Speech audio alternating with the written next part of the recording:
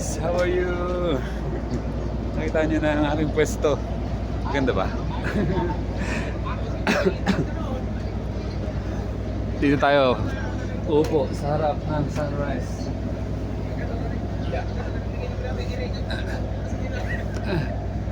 Kita mo ang aking shadow. Ganyan lang mag-relax. Ganyan lang. Oh, masyado mata. Mababa. Dito tayo sa Yun! Yun!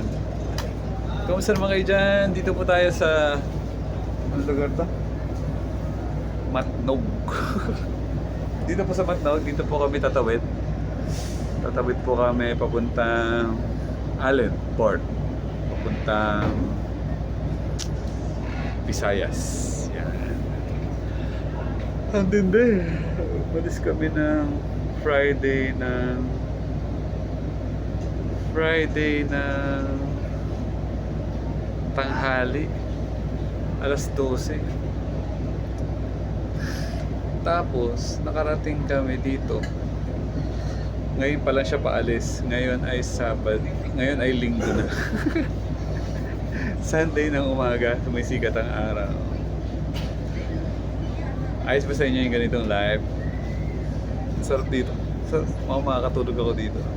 Pero mamaya na yung araw nandyan na sa ibabaw ko. Ayos naman, buhay. Buhay sakto na. So gawin po natin. Higitin ko lang kayo. Ang ganda ng view dito. Tingnan nyo. Wow.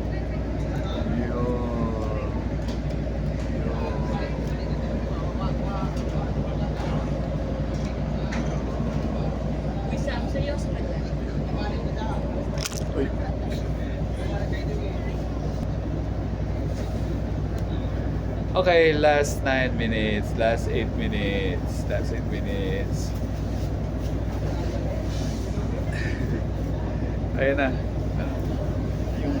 Yung araw pumapasok na sa aming mata. Tawag dito, sunrise.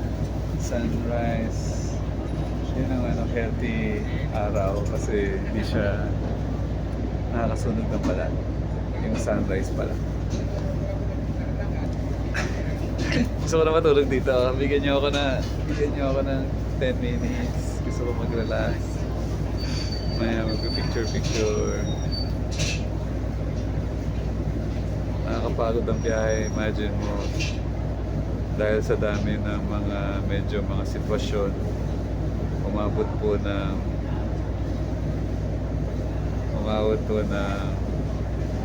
36 hours ang biyahe natin. Umabot ng 36 hours ang biyahe natin mula Manila to Matnog. Ayos lang kasi hindi naman tayo nagmamadali.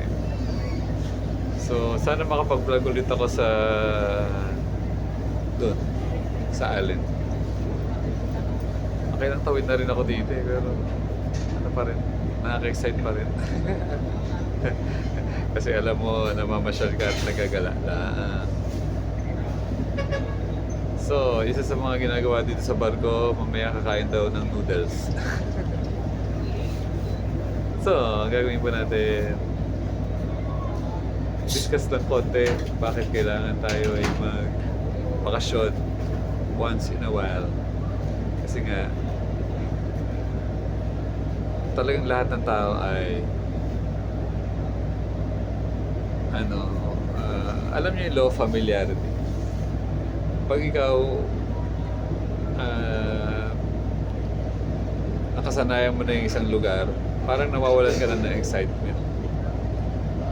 So pwede mo baguhin yung inyong point of view or attitude sa mga paligid, pero pwede mo rin gawin ay change venue ka talaga. Kasi itong mga nakaraan, 1 buwan, 2 buwan ako, talagang wala akong masyadong vlog kasi hindi ako maalis sa bahay. Lagi lang ako na sa bahay. So, nagkaroon ako ng opportunity makapag-drive for my friend. Sige, join! Ayan ngayon, dami tayong vlog kasi puro gala tayo ngayon. Sobrang pinag-aaralan ko yung law of familiarity. Hindi ko alam kung talagang law ba yun o ako lang nag-iisip na. So, lagi siyang pasok sa akin na parang yung mga tao, yung ibang tao or ako, pwede rin ako maging ma-bored pag hindi ka nag-change ng venue. So ngayon, ang ginawa ko, change place. Para bumalik ang excitement sa pamamasyal. Ayan, kita mo yung dagat? Ayan, may dagat dyan. Sobrang puyat. Halata ba sa aking mga bata? So, anong solusyon? Para tayo hindi ma-bored sa buhay? Hindi ganun. Mamasyal talaga. Kailangan lumayo. Pumunta sa iba't ibang lugar. Magkaroon ng ibang place. Mag-adventure. Pangalawa, meet new friends. Nakakasawa naman talaga. Yung kakilala mo, yung parang yung kakilala mo hanggang ngayon. Ano yun? Sobrang faithful. Maraming tao nalulus yung kanilang mga opportunity to makakilala ng mga ibang tao kasi nga na-focus na sa cellphone, na-focus na sa kung ano. Pero wala ang happiness pa rin talaga. Friendship, walang halong kahit ano. Pure friendship. Kaibigan, hindi lang acquaintance, kailangan friends. You consider yourself friends. Yun talagang masasabi mo na marami kayong pinagsamahan, pinagdaanan.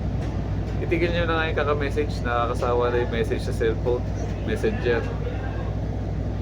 Yung long distance, pero hindi naman kayo magkausap, hindi naman kayo nagkikita. Puro fake. Itigil yung mga fake na relationships. Kailangan doon tayo sa mga totoo. Paano magiging totoo? Hindi spend time. Puntahan mo sa kapitbahay, puntahan mo yung lugar. Hindi yung puro cellphone. Kaya laki tulong yung bike kasi marami kang mararating na hindi ka naman gagastos. Ano pa? Para maging hindi bored ang life mo, yan, aralin mo yung law of familiarity. Yung mga iba sa relasyon din, kasi nagsasawa na, tagal mo nang kasama. Nakakasawa naman. Kaya kahit pa paano, change. Hanap ka ng ibang habat ka ng ibang mga kakilala. And wag mong i-keep yung sarili mo sa walang katapusang love story and romantic relationship. Mas magandang ipalalimin yung mga close friendship. Kasi yung friendship na yun, it will last longer. Parang yung mga kasama ko ngayon, mga long time friend ko na mga 16, 18 years. Pahabaan yun ng friendship kasi doon mo makikita yung trust, yung tiwala, tapos yung longing sa isa't isa. Daratingan tayo parang gusto nyo lagi magkakasama kasi nag-create kayo ng magandang relationship, naging magandang experience.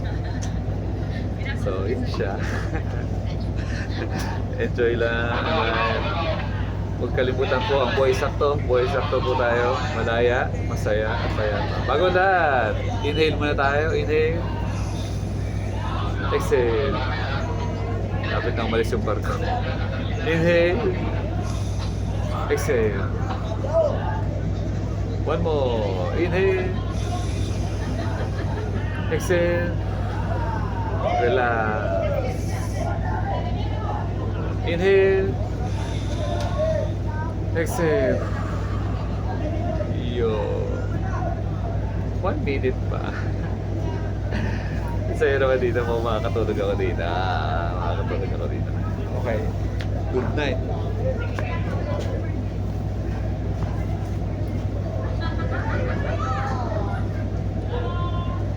Tada! 1 minute pa.